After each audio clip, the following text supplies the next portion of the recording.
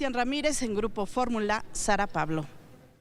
Gracias, Sara, por esta información. Y para hablar a detalle justamente sobre la reforma a la supremacía constitucional, le agradezco a José Mario de la Garza, abogado, que nos puede explicar a detalle o lo que nos haga falta saber, abogado, sobre este tema. Qué gusto saludarle.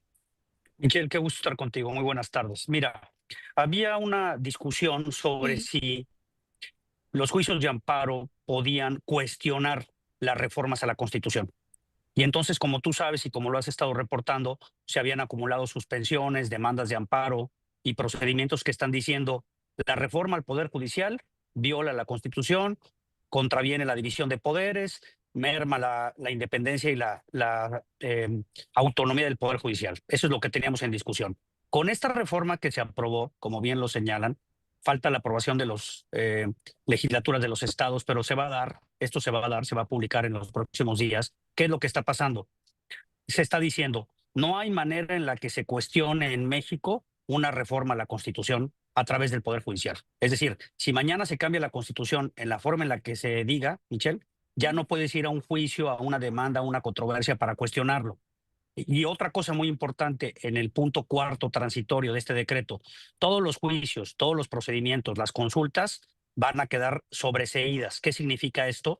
Que van a quedar sin efectos. Entonces, las más de 300 demandas de amparo que se presentaron para decir no estamos de acuerdo con la reforma al Poder Judicial, cuando se publique esto en el diario oficial, que yo calculo que será la semana que entra, los jueces van a tener que desestimar esas demandas y entonces ya no habrá un mecanismo para hacer un pesos y contrapesos y para decir, oye, esto que se está haciendo transgrede la soberanía, el Estado de Derecho, la división de poderes. Y algunos podrían pensar que al final es lo mismo porque en la Cámara de Diputados y también de senadores, pues hay mayoría, al menos hasta el momento. Y sí, en la Cámara de Diputados votando. lo van. Al final sabemos que lo que hicieron fue por blindar la reforma al Poder Judicial, ¿no? Mira, yo creo que sí les empezó a afectar este tema del desacato, de decir, oye, pues estamos desacatando órdenes judiciales, no tenemos ningún argumento, lo estamos haciendo de una manera burda, nos estamos viendo de una forma, nos estamos exhibiendo, porque pues estamos trastocando el orden constitucional de este país, y se les ocurrió hacer esta reforma con esas mayorías, como bien lo dices, va a pasar por trámite en la de diputados, les van a hablar a las gobernadoras y a las gobernadoras de Morena para que las aprueben en 5 minutos, como ya pasó, y entonces vamos a tener, vas a ver, la semana que entra en el diario oficial esta reforma, van a llegar con los jueces y les van a decir, oigan, todos estos juicios de amparo que ustedes están tramitando, automáticamente quedan sin efectos, ¿no? Ahora, habría que pensar, fíjate esto, si esta nueva reforma puede también ser cuestionada, ¿no? Entonces, estamos generando, como bien ves, un conflicto constitucional pues muy complejo, ¿no? Porque ahora vendrá, además. Exacto. Además. Yo leía a algunos legisladores, leía algo, por ejemplo, leía al senador Manuel Fabio Beltrones que decía puntualmente que se vulneraba a los municipios y también a las decisiones estatales porque se disminuyen las facultades y potestades de los estados.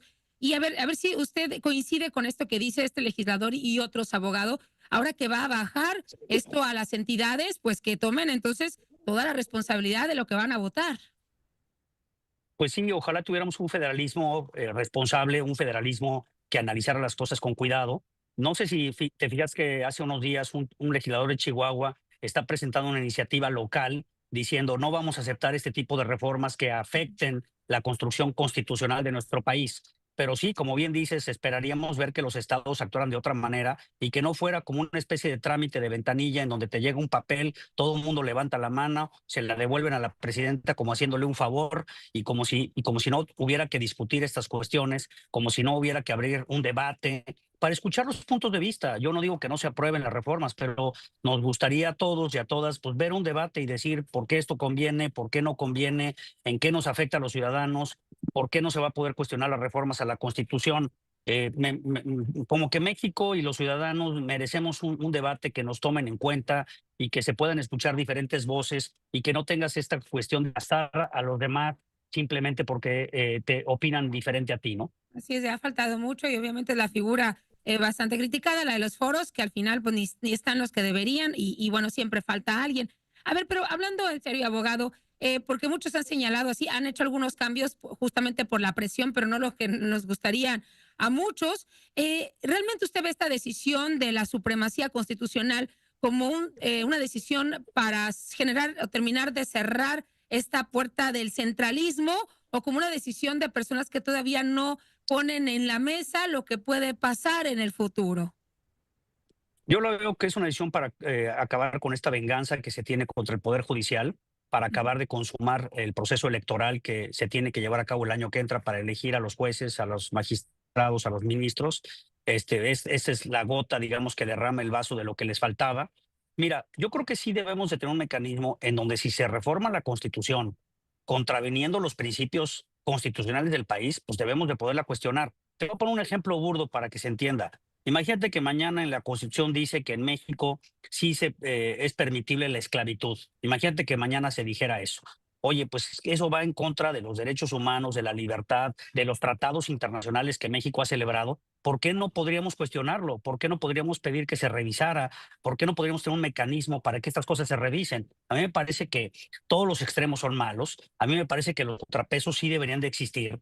Y sí es importante que el Poder Judicial en algunos casos diga, pues esto no se permite. Eso lo estamos borrando, ¿eh? Porque la reforma, es muy importante, Michelle, que se aprobó, no es nada más para discutir el tema de la reforma judicial.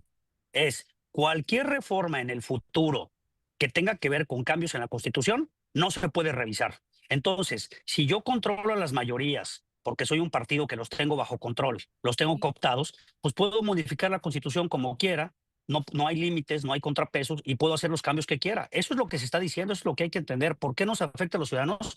Porque mañana nos pueden imponer cambios que nos pueden afectar nuestra vida diaria, como el de los jueces electos, y no vamos a tener ningún mecanismo para decir, oigan, esto no se vale, oigan, esto hay que frenarlo, ¿no? Me parece que es de la mayor gravedad y tiene una Así trascendencia es. que pues va a ser muy impactante hacia el futuro lo que pase en este país. Así es, y sin reversa, como bien lo menciona. Abogado José Mario de la Garza, gracias por esta charla y estaremos en contacto si así nos lo permite. Por supuesto, que tengan muy buenas tardes, seguimos en contacto. Muy buenas tardes, seguimos en contacto. ¿Y usted cómo ve este tema? Se concreta la supremacía constitucional y sin reversa, dice el abogado José Mario de la Garza. Vamos a